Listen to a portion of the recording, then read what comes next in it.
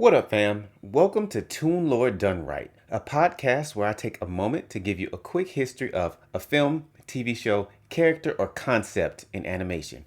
You can call me Dave, and I'm kind of a student of animation history.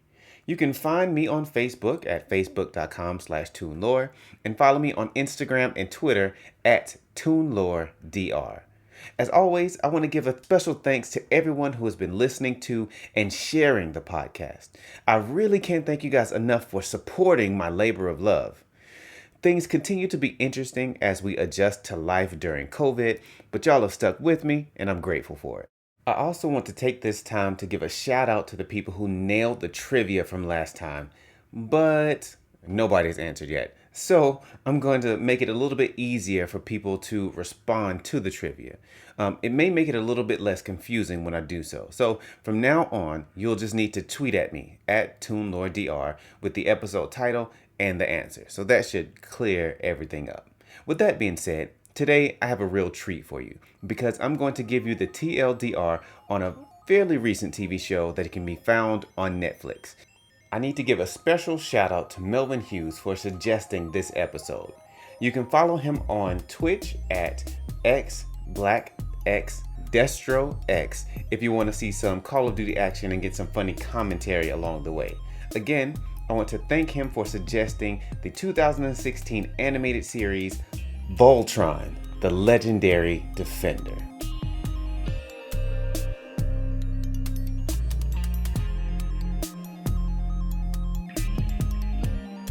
So jumping straight in, I have to mention that Voltron is an intellectual property that has survived many decades, remasters, and reboots. While I will briefly touch on the shows of the past, my main focus will be on the latest release. So Voltron, Legendary Defender, is a Netflix original TV series produced by DreamWorks Animation and World Event Productions while being animated by Studio MIR in South Korea. The show uses a combination of 2D animation and CG animation to great effect. It is based on the original American TV show, Voltron, Defender of the Universe, released in 1984, which drew its material from Japanese anime like Beast King Go Lion. This latest outing marks the fourth major television release of the Voltron franchise and the first to be web exclusive to Netflix. Since its initial release in 2016, the series has released 8 seasons, with the final season being released on December 14th, 2018. In total, the series has accumulated 78 episodes.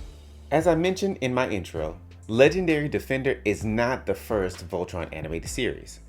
While I won't go into much detail about the other shows, I will name them just for some context. We have Voltron, Defender of the Universe, Voltron Vehicle Force, Voltron Fleet of Doom, Voltron The Third Dimension, and Voltron Force. While the narrative of Legendary Defender is completely separate from all other Voltron incarnations, there are some nods to the original shows in this series. Legendary Defender was created as a part of a multi-year agreement with DreamWorks Animation. This deal was originally struck in 2015 and to date has produced a number of shows based on existing IPs and completely original ideas. These shows include, but are not limited to, The Adventures of Puss in Boots, Dino Trucks, Dragons Race to the Edge, Troll Hunters from the mind of master storyteller Guillermo del Toro, and one of my new favorite shows, Kipo and the Age of Wonder Beast. This deal with Netflix seems to have given DreamWorks the freedom to make shows the way they want to make them, while keeping things unique. One unique aspect of the shows in this production is the number of episodes per season.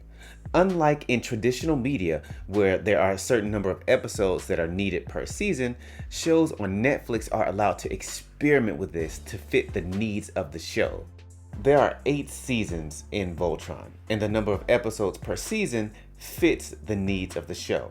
For example, seasons 1, 2, 7, and 8 are 13 episodes, while seasons 3 and 6 are 7 episodes, and right in the middle, seasons 4 and 5 are 6 episodes.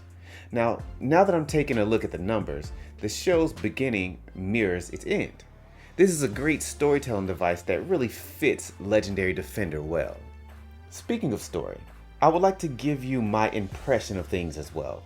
I don't want to give any spoilers, so I'll just give a quick synopsis. Our journey begins on Earth, as our main characters witness an alien ship crash nearby. After going to investigate, they find themselves thrust into outer space in the middle of a galactic war. With nowhere else to turn, our ragtag team learns how to pilot the legendary weapon Voltron to bring peace to the known universe. The characters, their development, and animation are great. And when I looked further into this, it should come as no surprise that this is the case. Behind the scenes on Voltron, you have talents such as showrunners Lauren Montgomery, Joaquim Dos Santos, and writers like Tim Hendrick and Mei Chan, who all worked in the amazing Avatar: The Last Airbender series, which, for the record, is one of my favorite TV shows of all times. In my book, it goes down as a masterpiece. I should also mention that much of the animation was outsourced to Studio MIR in South Korea. This studio was founded in 2010 and has worked on projects like, of course, The Legend of Korra, The Boondocks, Young Justice Outsiders, and one of my newest favorite shows, Kipo in the Age of Wonder Beast. The main cast of the story consists of a combination of human and alien characters. Beginning with the pilots of Voltron, or Paladins as they're called, we have Shiro. He's the eldest of the human characters and the de facto leader. He is flawed in many ways, but he trusts in the ability and courage of his team more than anything.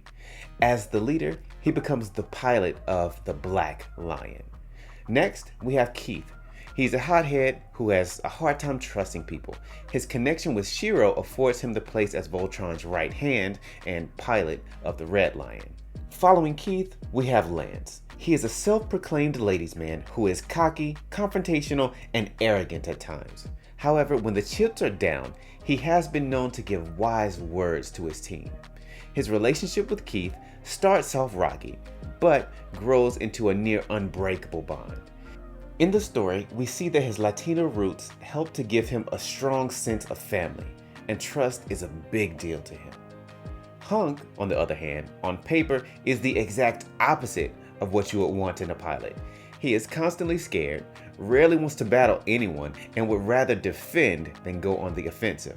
However, it is his ability to fight through his fear that has saved the Voltron squad on more than one occasion. His unwavering faith in his comrades and the good in all sentient life in the universe makes him the perfect paladin of the Yellow Lion. Finally, to close out the paladins, we have Pidge. Pidge is a genius who embraces space travel to look for close family members that were taken captive by aliens. Pidge's connection to technology and zeal to find this family gives the Green Lion the connection it needs for Pidge to become its paladin. Now on to the non-human characters. We start with Princess Allura, an alien from the planet Altea. She is the last surviving member of the Altean royal family. She uses her magic and knowledge of Voltron's history to guide the paladins to defend the universe. Although she is kind and loving, there is a deep-seated hatred in her heart for a race of beings called the Galra. This is the species that betrayed her father, King Alfor, the creator of Voltron, while destroying her home planet and her people in the process.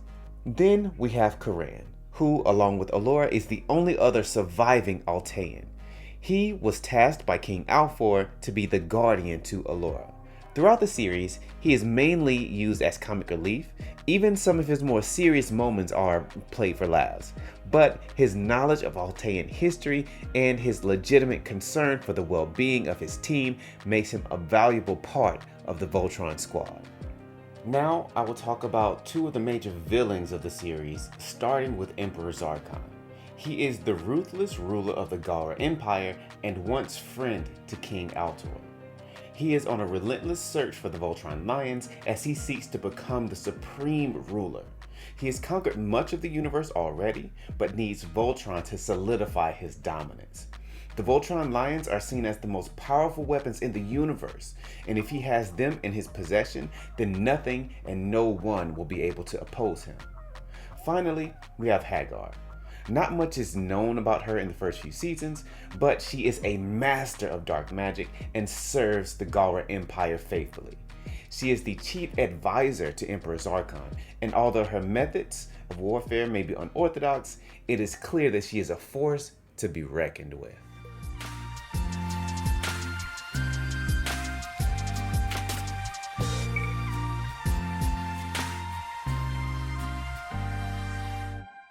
Now we've come up to the portion of the show that I like to call the hook shot.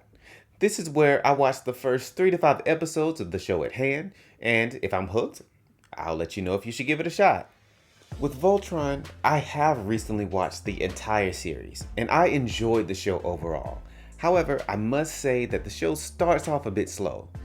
The first few episodes do give us amazing set pieces, some decent action, and locations, but there were some story beats that just made it stumble a bit for me.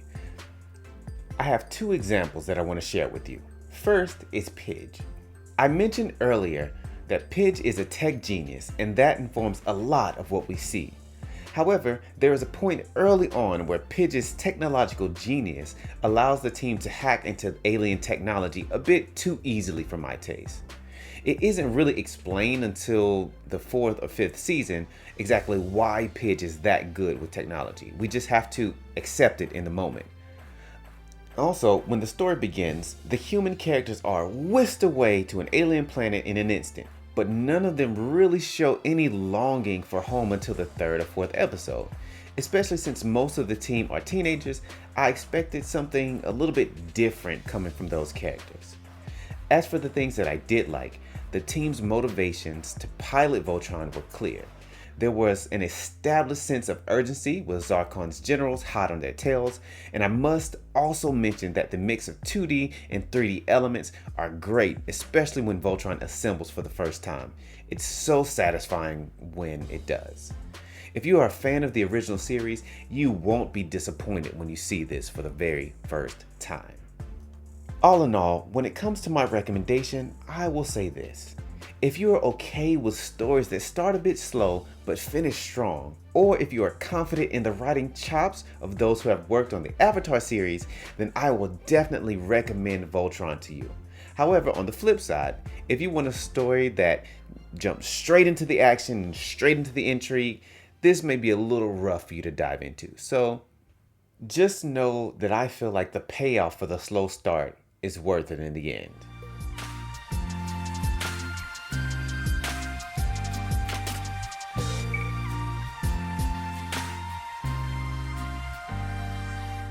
Now, before I let you go, I want to take you to the part of the show that I like to call Blacklight. Here, I scour the farthest and darkest corners of the internet to showcase a piece of work or artist that has piqued my interest recently. Today, I'm going to shine a light on illustrator Mike Toney, and that's Toney.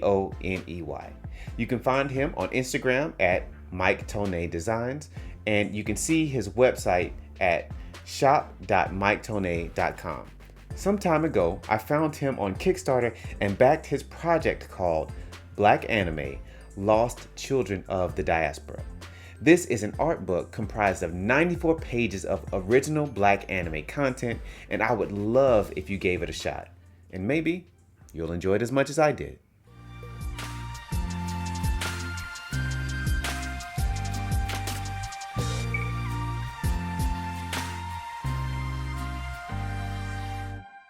Now, moving on to trivia. As always, the trivia will consist of one question that directly relates to the episode and one fan question. Remember, you can submit fan questions by emailing me at toonloredr@gmail.com. The first 3 people who respond with the correct answer to the trivia on Twitter will get a shout out. So here goes. Question 1. Which of these characters is not a paladin of Voltron? A. Hagar, B. Keith, C. Pidge, or D. Shiro? I'll ask again. Which of these characters is not a paladin of Voltron? A. Hagar, B. Keith, C. Pidge, or D. Shiro? Now, moving on to question number 2. If you were a fan of both anime and Cartoon Network in the 90s and the early 2000s, then this question might pique your interest. What two words combine to make Cartoon Network's Toonami? Is it A, anime and cartoon, B, tsunami and cartoon, C, cartoon and kami, or D, nami and cartoon? I'll ask the question again. What two words make Cartoon Network's Toonami? A, anime and cartoon, B, tsunami and cartoon, C, cartoon and kami, or D, nami and cartoon? Remember, to get a special shout out on my next episode, all you have to do is tweet at me at ToonLordDR with the correct answers. Just leave the episode name and the answers in your tweet. I will call out the top 3 responses in the next episode. This has been Toon Lore done right. And don't forget to like, share, review, comment, and subscribe. I can't wait to see what new countries and people we can reach. If you would like to submit a trivia question, please send me an email to toonlordr@gmail.com with the subject TLDR trivia in the subject line. Please give a multiple choice question and note the correct answer.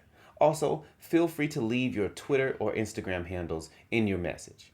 You can make suggestions on future episodes by joining our Facebook page, facebook.com/toonlore, or letting me know what you think by following me on Instagram or on Twitter at ToonLoreDR.